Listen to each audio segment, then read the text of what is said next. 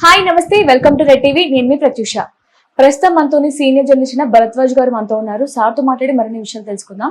నమస్తే సార్. నమస్తే సార్, నిన్నటికి నిన్న కన్న తల్లిని కొట్టి చంపేసిన కూతురుని చూసాం. ఇది వరకు బిడ్డల్ని చంపిన తల్లిని చూసాం. ఈ రోజు మనకి తెల్లవారుజామున ఒక కొడుకే తన కన్న తల్లిని పెట్రోల్ పోసి కాల్ చేశాడు సార్. అయితే అసలు ఎటుపోతుంది సార్ సమాజం? అసలు ఇంతగానో మారడానికి అసలు ఏంటి కారణాలు? పిల్లలు తల్లిని చంపడానికి, ఆ తల్లులేమో బిడ్డలను చంపడానికి అసలు ఎందుకు ఇలా జరుగుతుంది అంటారు? అంటే హ్యూమన్ రిలేషన్స్ ని సెంటిమెంటలైజ్ చేసి చూస్తే ఈ ప్రమాదం వస్తుంది. అంటే కన్న తల్లిని కడతేర్చిన కన్న కొడుకు ఇలా ఎమోషనలైజ్ అయి మాట్లాడటంలోనే ఇబ్బంది ఉంది. ఇక్కడ మనం చూడాల్సింది ఏంటంటే తల్లి ఒక యూనిట్ కని ఉండొచ్చు గాక, కన్న తర్వాత ప్రపంచం వాళ్ళకి అర్థం అవటం మొదలయ్యేసరికి వాళ్ళు ఒక యూనిట్. వాళ్ళకి విడిగా ఒక బ్రెయిన్ ఉంటుంది, పిల్లలకి కూడా బుర్ర ఉంది, వాళ్ళు కూడా ప్రపంచానికి ఎక్స్పోజ్ అవుతున్నారు, వాళ్ళకు కూడా కొన్ని అభిప్రాయాలు ఏర్పడతాయి అనేటువంటి విషయం తల్లిదండ్రులు గుర్తించాలి. ముందు గుర్తించి ఆ బ్రెయిన్ లోకి ఏ ఏ విషయాలు చేరుతున్నాయి, ఎలా అర్థం చేసుకుంటున్నారు వాళ్ళు ప్రపంచాన్ని అనేది ఎప్పటికప్పుడు పిల్లల నుంచి తెలుసుకోవాలి తల్లిదండ్రులు. తెలుసుకుని దాన్ని కరెక్ట్ చేయటం కోసం ప్రయత్నం చేయాలి, లేదు కన్విన్స్ చేయాలి. ఇలా కాదు, నీకు ఇలా అనిపించి ఉండొచ్చు కానీ ఇది ఇలా కాదు, ఇలా అర్థం చేసుకోవాల్సిన అవసరం ఉంది అని నిరంతరం గైడ్ చేయటం అంటే అది.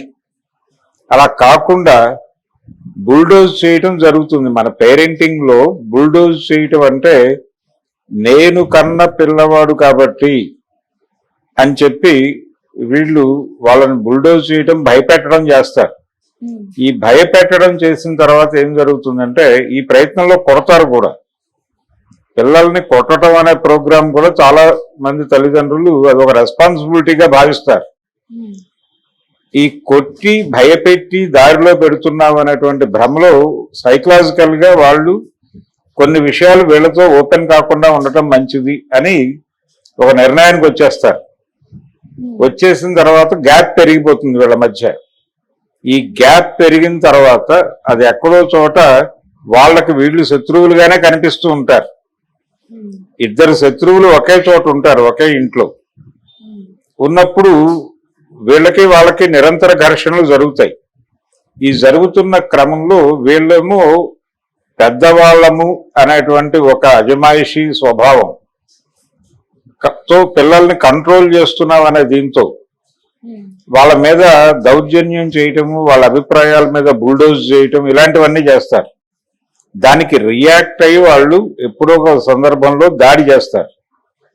ఈ దాడులు జరుగుతున్నాయి అంటే తల్లిని ఒక కొడుకు కొట్టాడంటే అదేదో సెంటిమెంటల్ గా చూడక్కర్లేదు. సెంటిమెంటల్ గా చూడకుండా వాళ్ళిద్దరిని ఇద్దరు వ్యక్తులుగా చూడటం మంచిది. ఆ తల్లిని చంపేసినటువంటి కొడుకు అనే అంటున్నాం కానీ ఈ తల్లిని చంపేయటానికి ఒక రీజన్ ఉంటుంది వాడికి. ఆ రీజన్ ప్రాపర్ రీజనా కాదా, ఆ రీజన్ మాట్లాడటానికి అతనికి లెజిటిమసీ ఇచ్చిన అంశాలు ఏమిటి, ఏ బలంతో అతను మాట్లాడుతున్నాడు, ఆ బలం తప్పై ఉండొచ్చు కూడా. తప్పైతే దాన్ని ప్రాపర్ గా డైరెక్ట్ చేయకపోవడం ఈ తల్లి తప్పు కూడా. అంటే అసలు కొడుకులు, తల్లులు, కూతుళ్ళు, తండ్రులు వీళ్ళందరూ అంటే ఇంట్లో ఒక డెమోక్రటిక్ వాతావరణం ఉండటం లేదు. ప్రతి ఇంట్లోనూ తమ పిల్లలు కూడా ఇండివిజువల్సే అని గుర్తించటం లేదు తల్లిదండ్రులు చాలా మంది. వాళ్ళు ఇంటర్మీడియట్ లో మేము బైపీసీ తీసుకుంటాం అంటారు అనుకోండి సపోజ్, లేదు ఎంపీసీ తీసుకుని చేరాల్సిందే అని మదరో ఫాదరో ఇన్సిస్ట్ చేస్తారు. వాళ్ళు అంగీకరించరు. వీళ్ళు బలవంతంగా ఇదైతే చదివిస్తాము అంటారు. వాడి మనసులో ఉన్న అభిప్రాయాన్ని చంపుకుని వీళ్ళు చెప్పిన మార్గంలో వెళ్తాడు. అది ఎక్కడో మిస్ఫైర్ అవుతుంది. మిస్ఫైర్ అయినప్పుడు నువ్వు ఫెయిల్యూర్ అని చెప్పి వీళ్ళు మళ్ళీ దాడి చేస్తారు. నా ఫెయిల్యూర్కి కారణం మీరే అని చెప్పి వాడు దాడి చేస్తాడు. ఇది ఘర్షణకి దారితీస్తుంది. ఇలా అనేక ఇళ్లల్లో ఇదే ప్రాబ్లం. అంటే పిల్లలు మీ పిల్లలే అయినప్పటికీ వాళ్ళని ఇండివిజువల్స్ గా గుర్తించి గౌరవించాలి. ఆ గౌరవం మీరు ఇవ్వటం మొదలు పెట్టాక వాళ్ళు కూడా గౌరవిస్తారు మిమ్మల్ని. మీ పట్ల వాళ్ళకి భయం ఉండకూడదు. అంటే ఏ విషయమైనా నేను మా పేరెంట్స్ తో చెప్పుకోగలను అనే కాన్ఫిడెన్స్ ఉన్న పిల్లలు, ఆ రిలేషన్ బాగుంటుంది. ఆ కుటుంబాలు ఉన్నాయి, అలాంటి కుటుంబాలు కూడా మన సమాజంలో ఉన్నాయి. సార్ కానీ చాలా మంది పేరెంట్స్ కూడా వాళ్ళు అడిగినవన్నీ ఇచ్చేస్తే వాళ్ళు సరైన క్రమంలో వెళ్ళరు, అడ్డుదారులు తొక్కుతారు అని చాలా మంది పేరెంట్స్ వాళ్ళు అడిగింది ఇవ్వకుండా ఉంటారేమో కదా. ఇప్పుడు ఎగ్జామ్స్, ఎల్లుండి ఎగ్జామ్ ఉంది, ఈ రోజున ఒక సినిమా రిలీజ్ అయింది, ఆ సినిమాకి వెళ్ళాలని పిల్లో అనుకున్నప్పుడు ఇంట్లో చెప్తే వీళ్ళు ఒప్పుకోరు కాబట్టి కంబైన్డ్ స్టడీస్ కి వెళ్తున్నాననే పేరుతో వాళ్ళు ఎక్కడికో వెళ్ళిపోతారు, సినిమాకో ఎక్కడికో. ఆ వాతావరణం కల్పించిన మీది తప్పు. అలా కాకుండా వాళ్ళు నాకు సినిమాకి వెళ్ళాలనిపిస్తోంది అన్నప్పుడు ఓకే, నువ్వు సినిమాకి వెళ్ళు, తప్పేం లేదు, దానిలో నీకు అనిపించినప్పుడు ఆ కోరిక తీర్చేసుకో, తప్పేం లేదు. కానీ నువ్వు సినిమా కోసం 3 గంటలు కేటాయిస్తున్నావు, ఈ 3 గంటలు నీ స్టడీ టైంలో నుంచి వేస్ట్ చేస్తున్నావు అనేది మా పెయిన్, మా బాధ. కాబట్టి ఈ 3 గంటలు నువ్వు ఎలా జస్టిఫై చేస్తావు అంటే, రోజు 10ంటికి పడుకుంటావు, నువ్వు 10:30 వరకు చదువుతావా ఒక 4 రోజులు, లేదు 3 రోజుల పాటు 1 గంట అదనంగా చదువుతాను, ఇలాంటిది ఏదో ఒక ప్లాన్ చేసుకో. ఆ ప్లాన్ మాతో చెప్పి ఈ 3 గంటలు నువ్వు వాడుకో అని పేరెంట్స్ పిల్లలతో అనగలిగిన పరిస్థితి ఉంటే అప్పుడు వాళ్ళు ఏ విషయమైనా మా మదర్తోనో ఫాదర్తోనో చెప్పుకోవచ్చు అనే కాన్ఫిడెన్స్ వస్తుంది వాళ్ళకి. అంటే కమ్యూనికేషన్ ఇంపార్టెంట్ అంటారు. ఖచ్చితంగా కమ్యూనికేషన్ లేకపోవడం వల్ల జరుగుతున్నాయి. అంటే నేను చెప్పిన మాట నెగ్గాలని తల్లి అనుకున్నా, నేను చెప్పిన మాటే నెగ్గాలని తండ్రి అనుకున్నా, వీళ్ళిద్దరూ కలిసి పిల్లల్ని బుల్డోజ్ చేస్తారు. ఈ బుల్డోజ్ చేయటం వల్ల వాళ్ళేమో నెగిటివ్ ఒపీనియన్స్ లోకి వెళ్ళిపోతారు. ఆ నెగిటివ్ ఒపీనియన్ లోకి వెళ్లకుండా చూసుకోవాలి. అంటే ఒక మనిషితో ఎలా రిలేషన్ మెయింటైన్ చేయాలనేది ప్రాథమికంగా తెలియకుండా కలిసి ఉండడం మొదలు పెడతారు. అంటే వివాహ వ్యవస్థలోనే ఒక గందరగోళం ఉంది. అంటే ఏ రకమైనటువంటి గైడెన్స్ లేకుండా ఇద్దరు వ్యక్తులు ఒక చోట చేరతారు. ఎవరేమిటో తెలియదు, దేనికి ఎలా రియాక్ట్ అవుతారో తెలియదు, ఎవరి భావజాలం ఏమిటో తెలియదు. కనీసం ప్రాపర్ గైడెన్స్ మనకి ఒక, అంటే దీని ట్రీట్మెంట్ అని అనకూడదు కానీ కనీసపు విజ్ఞానం కూడా మనం మనుషులతో ఎలా బిహేవ్ చేయాలనే దానికి సంబంధించి అక్కడ క్లాస్ రూమ్ లో కూడా ఎవరు చెప్పరు, పేరెంట్స్ చెప్పరు. కానీ అదే ప్రధానం. సమాజంలో ప్రతి మనిషి ఎదుర్కొనే సమస్యలకి కారణం ఏంటంటే తోటి మనిషితో ఎలా ప్రవర్తించాలో ఎవరికీ తెలియదు. ఈ తెలియకుండా సమాజంలోకి వదిలిపెట్టేస్తాం పిల్లల్ని. వదిలిపెట్టిన తర్వాత వాడు బయటికి వెళ్ళి బలానా వాడు నన్ను ఈ మాట అన్నాడు అని చెప్తాడు ఇంటికి వచ్చి. చెప్పగానే దానికి నువ్వు ఎలా రియాక్ట్ అవ్వాలి అని వీడిని గైడ్ చేయాలి. ఈ గైడ్ చేయకుండా వీళ్ళు వెళ్ళిపోయి వాళ్ళతో దెబ్బలాడతారు. మా అబ్బాయిని ఇలా అన్నావా, లేకపోతే మా అమ్మాయిని ఇలా అన్నావా అని వీళ్ళు తగదాగా వెళ్ళిపోతారు. అది కాదు చేయాల్సింది. సమాజం ఇలాగే ఉంటుంది కాబట్టి నువ్వు వాళ్ళు చెప్పింది విని నెమ్మదిగా వాళ్ళతో ఫ్రెండ్షిప్ ఎలా చేయాలి, ఎలా మింగిల్ అవ్వాలి, ఎలా తెలుసుకోవాలి, అది గైడ్ చేయాలి కదా ఇంట్లో. ఆ గైడెన్స్ ఉండదు, చాలా ఇళ్లలో ఆ గైడెన్స్ ఉండదు. ఉన్న ఇళ్ళు ఉన్నాయి కొన్ని. అంటే ఒక ప్రాపర్ ఎడ్యుకేషన్ లేకుండా, ప్రాపర్ ఎడ్యుకేషన్ ఒక సైకలాజికల్ స్టడీ ఉండాలి ప్రతి మనిషికి అవతల వాళ్ళ బుర్ర ఏమిటో అర్థం చేసుకొని ఒక స్పేస్ ఇవ్వాలి, మార్జిన్ ఇవ్వాలి ప్రతి మనిషికి. ఎవరిని గ్రాంటెడ్ గా తీసుకొని నువ్వు ఈ పని చేసి తీరాల్సిందే అంటం కుదరదు. నా పిల్లలు కాబట్టి, లేకపోతే నా భార్య కాబట్టి అన్నట్టుగా బిహేవ్ చేయకూడదు. వాళ్ళకి ఇవ్వాల్సిన స్పేస్ ఖచ్చితంగా వాళ్ళకి ఇచ్చి తీరాలి. ఇవ్వకపోతే వాళ్ళు గాయపడతారు. గాయపడిన తర్వాత ఆ గాయం పెద్దదవుతుంది. అది ఒక్కొక్కసారి వైలెంట్ గా రియాక్ట్ అవుతుంది. ఆ వైలెన్సే ఇప్పుడు మనం చూస్తున్నాం సమాజంలో. చూసినప్పుడు ఇమ్మీడియట్ గా సెంటిమెంటలైజ్ అయిపోయి కన్న తల్లిని కడతీర్చిన కన్న కొడుకు అని చెప్పి వచ్చి మాట్లాడటంలోనే ఇబ్బంది ఉంది. ఆ ఇబ్బంది ఏమిటంటే మనం సెంటిమెంటలైజ్ చేస్తున్నాం. మానవ సంబంధాలుగానే చూడాలి తప్ప దాన్ని సెంటిమెంటలైజ్ చేయక్కర్లేదు. తల్లి ఒక యూనిట్, కొడుకు ఒక యూనిట్. ఇప్పుడు మీరు అన్నట్లే ఇప్పుడు మనం కమ్యూనికేషన్ వల్లనే తల్లిదండ్రుల్ని పిల్లలు చంపడం చూస్తున్నాం. కానీ ఇదే సమాజంలోనే రీసెంట్ గా కూడా కన్న తల్లి పిల్లల్ని చంపిన విషయం కూడా చూస్తున్నాం సార్. ఒకరిని కాదు, ఏకంగా ముగ్గురిని పిల్లల్ని విషం పెట్టి చంపడం, వాటర్లో తోసేసి చంపడం ఇవన్నీ చూస్తున్నాం. మరి దీనికి గల కారణాలు ఏమై ఉంటాయంటారు? భర్తల్ని చంపుతున్న భార్యలు, భార్యలను చంపుతున్న భర్తలు కూడా రెగ్యులర్ వార్తలు వస్తూనే ఉన్నాయి కదా. అంటే హెల్దీ రిలేషన్స్ లేవు సమాజంలో. హెల్దీ రిలేషన్స్ లేకపోవడం వలన ఇలాంటివి జరుగుతున్నాయి. ఒకప్పుడు ఒక వార్త చాలా సెన్సేషన్ క్రియేట్ చేసింది. 60 దశకంలో ఒక తల్లి తిండి పెట్టలేక పిల్లలకి ఏదో ఒక ఎలకల మందు ఏదో ఇచ్చి చంపేసి తను కూడా చనిపోయిందని పేపర్లో ఒక వార్త సెన్సేషన్. దాన్ని తీసుకుని సెల్వరాజు అనేటువంటి ఒక డైరెక్టర్ గారు ఒక సినిమా తీశాడు మలయాళంలో. ఆ సినిమా కూడా సెన్సేషనల్ హిట్. దాన్ని తెలుగులో మనుషులు మారాలి అని మధుసూదన్ రావు గారు రీమేక్ చేశాడు. అక్కడ ఇక్కడ కూడా శారద గారే యాక్ట్ చేసింది ఆ రోల్.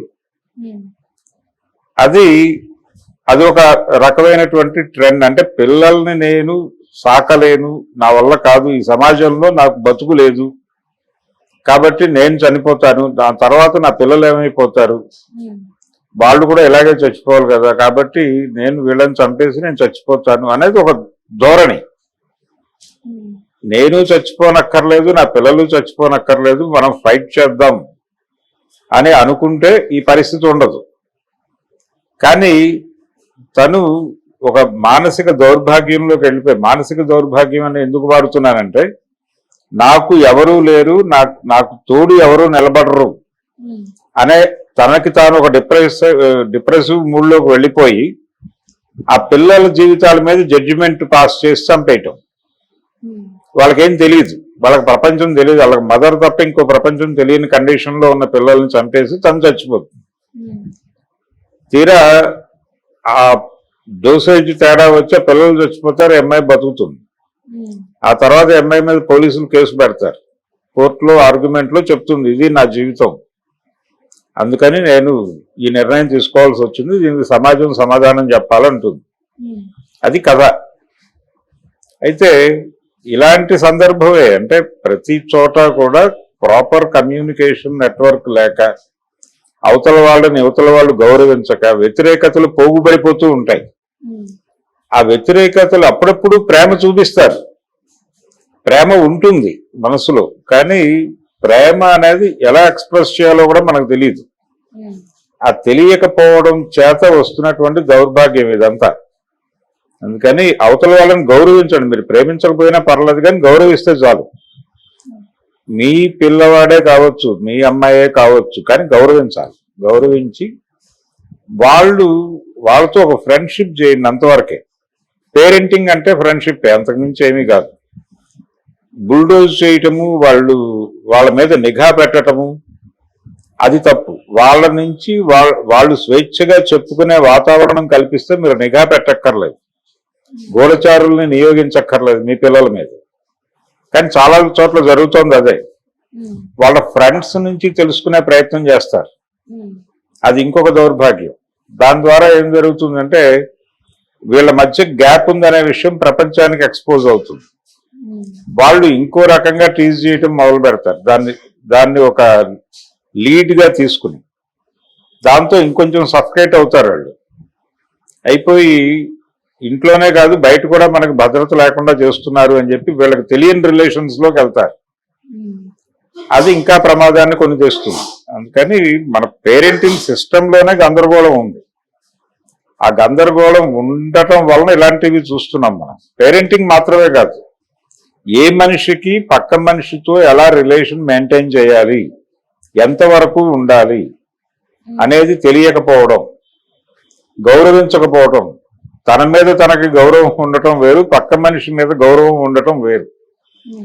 ఆ పక్క మనిషి తనకంటే భిన్నమైన అభిప్రాయంతో ఉన్నప్పటికీ వాళ్ళతో మాట్లాడండి. ఇప్పుడు చాలా మంది సోషల్ మీడియాలో ఏదో ఒక పోస్ట్ పెడతారు, ఒక ఒపీనియన్. వాళ్ళ ఒపీనియన్ పోస్ట్ పెట్టినప్పుడు అది నచ్చకపోతే ఇది నాకు నచ్చలేదు అని చెప్పడం వరకు ఓకే. వీళ్ళు వెంటనే తిట్టడం మొదలు పెడతారు, అటాక్ చేస్తారు, తీసేయమంటారు. బుల్డోజ్ చేస్తాడు. అంటే భిన్న భావాల మధ్య చర్చ జరగాలి అని అనుకోవడం లేదు. మేమనుకున్న అభిప్రాయం నువ్వు ఒప్పుకుంటావా లేకపోతే చచ్చిపోతావా, చంపేయమంటావా అనే పరిస్థితికి వెళ్ళిపోతున్నారు. ఈ ట్రెండ్ కరెక్ట్ కాదు. ఇది మనిషిని కార్నర్ చేసేటువంటి పరిస్థితి. మనిషిని కార్నర్ చేయటం అనేది ప్రమాదకరమైన ధోరణి. ఆ ధోరణి విపరీతంగా ఉంది సమాజంలో ఇప్పుడు. దానికి పేరెంట్స్ కూడా అతిథులేం కాదు. ఇప్పుడు ఆ మదర్ ఏం చెప్పుకుంటుంది, నేను వాడిని ఇంత చేశాను అంత చేశానని చెప్తుంది ఆవిడ. రేపు పొద్దున ఒకవేళ బతికితే వాడు చివరికి నాకు ఇది చేశాడు. మీరు చాలా చేసి ఉండొచ్చు అతనికి, కానీ మిమ్మల్ని చంపేయాలనే నిర్ణయం తీసుకునేంత వ్యతిరేకత కూడా పోగేలాగా చేశారు మీరే. దాని బాధ్యత కూడా తీసుకోవాలి. అతి ప్రేమతో చేసే తప్పులు కూడా ఉంటాయి పేరెంట్స్. అతి ప్రేమతో అతి జాగ్రత్తతో పిల్లల్ని సెక్యూర్ చేస్తున్నామనే భ్రమలో చేసేటువంటి దుర్మార్గాలు కూడా ఉంటాయి. ఆ దుర్మార్గాలు కూడా పిల్లలు అలా తయారవడానికి కారణం అవుతాయి. అంచేత సెంటిమెంటలైజ్ చేసి చూడొద్దు విషయాన్ని. సెంటిమెంట్ లో నుంచి బయటకు వచ్చి తల్లి కొడుకు అనే విషయం మర్చిపోయి ఇద్దరు ఇండివిజువల్స్ ఒక ఇంట్లో కలిసి ఉంటున్నారు. ఒక ఇండివిజువల్ ఇంకో